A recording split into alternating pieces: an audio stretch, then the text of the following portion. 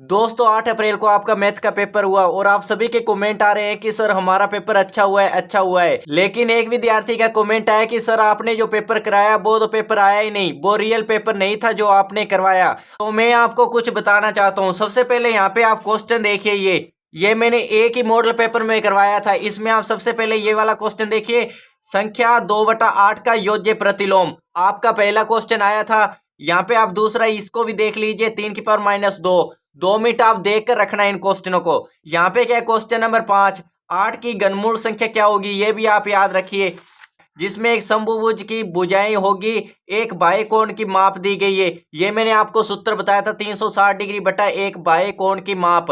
मैंने कहा था ये सूत्र याद कर लेना। सिंपली कोई भी आपको माप दी गई है उसको नीचे लिखकर भाग दे देना, आपका आंसर आ जाएगा। उसके बाद दोस्तों जब मैंने ये क्वेश्चन करवाए थे, दोस्तों जिन विद्यार्थियों ने हमारी वीडियोस को देखकर क्वेश्चनों को समझा है, यानी दोस्तों उनका कॉन्सेप्ट क्लियर किया है, उनका दोस्तों पेपर काफी अच्छा हुआ होगा। तो दोस्तों जो विद्यार्थी कह रहे हैं ना रियल पेपर का, दोस्तों रियल पेपर के पीछे मत भागो। यूट्यूब पर क्या और कहीं पर भी आपको रियल पेपर नहीं मिल सकता, ये बात आप याद रखना। सिर्फ हमारा क्या मकसद होता है, आप सभी के लिए वीडियो बनाना और आपको कॉन्सेप्ट क्लियर करवाना, ताकि एग्जाम में आप अच्छे से अच्छे मार्क्स ला पाए। लेकिन दोस्तों अभी तक सामाजिक विज्ञान, विज्ञान, हिंदी, इन सभी के मैंने आपको मोस्ट इंपोर्टेंट क्वेश्चन बताए थे। सभी के सभी क्वेश्चन सेम छपे हैं। लेकिन दोस्तों मैथ एक ऐसा सब्जेक्ट है जिसके कॉन्सेप्ट को क्लियर ही करना होता है। इसमें कोई भी क्वेश्चन आपको डायरेक्ट नहीं बताया जा सकता कि इसमें से ये, इस चैप्टर में से ये क्वेश्चन आएगा, इसमें से ये आएगा। लेकिन फिर भी हमने पूरी हेल्प की है आपकी। फिर भी हमने चाहा कि आपका कोई भी, आपके पास इतना समय नहीं है, आपको बताया जाए। तो दोस्तों अब हम बात करते हैं इसकी आंसर की के बारे में। अब क्वेश्चनों को देखिए। यहाँ पे प्रश्न एक था 5/7 का योज्य प्रतिलोम। तो हमने आपको पहले ही बताया था योज्य प्रतिलोम का मतलब होता है कि अगर कोई संख्या प्लस में है तो उसे माइनस में कर दो। इसका आंसर है -5/7। यहाँ पे पूछा है 1331 का घनमूल, तो 11 था।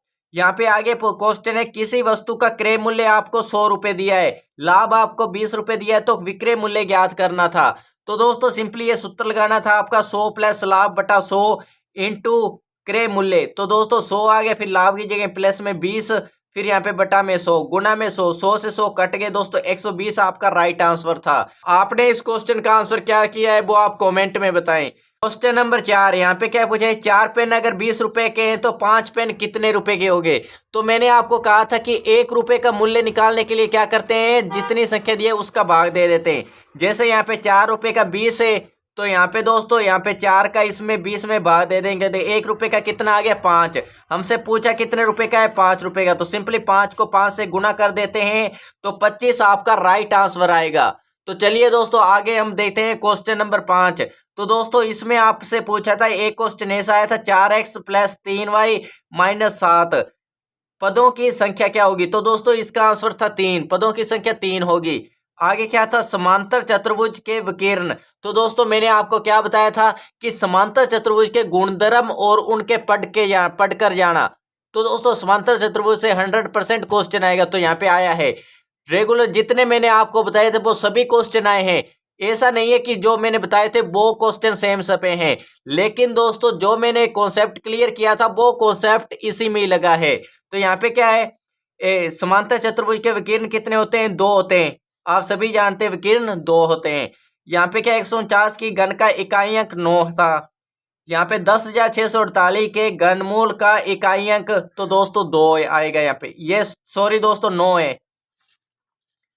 आगे एक आपके पास क्वेश्चन आया था, 2 + 3p गुणा 2 + 3p का गुणनफल। सिंपली इनको गुणा करना था। पहले आपको 2 से 2p के साथ गुणा करना था, यानी 2 × 2p। फिर आपको इस 2 को 3 के साथ गुणा करना था, प्लस 2 × 3, फिर प्लस, फिर इस 3p को 2p के साथ 3p × 2p, फिर प्लस, फिर 3p को दोस्तों 3 के साथ गुणा करना था। अब 2 दूना 4p प्लस इसको किया 6 आ गया, इसको किया 6p²। आपका लास्ट आंसर आएगा 6p² प्लस 13p + 6। ये आपका आंसर था।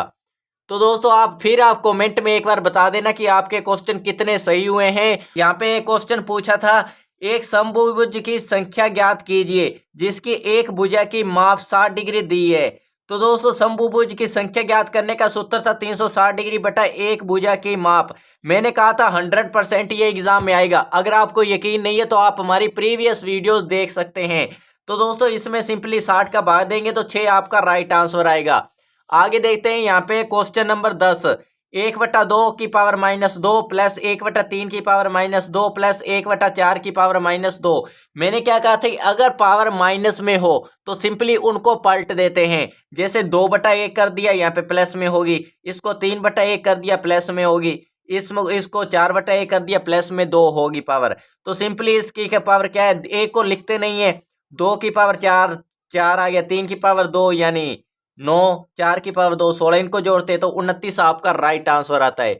आगे क्वेश्चन था 3t-4 और 5t-7 का अनुपात 2:3 है। तो परिमेय संख्या, तो दोस्तों 2/3 आपकी परिमेय संख्या होगी। अगर आपको आगे के क्वेश्चन के आंसर चाहिए तो इस वीडियो को लाइक करें और कमेंट में बताएं, या फिर आपको आगे किस टॉपिक पर वीडियो चाहिए उसका भी कमेंट कर देना।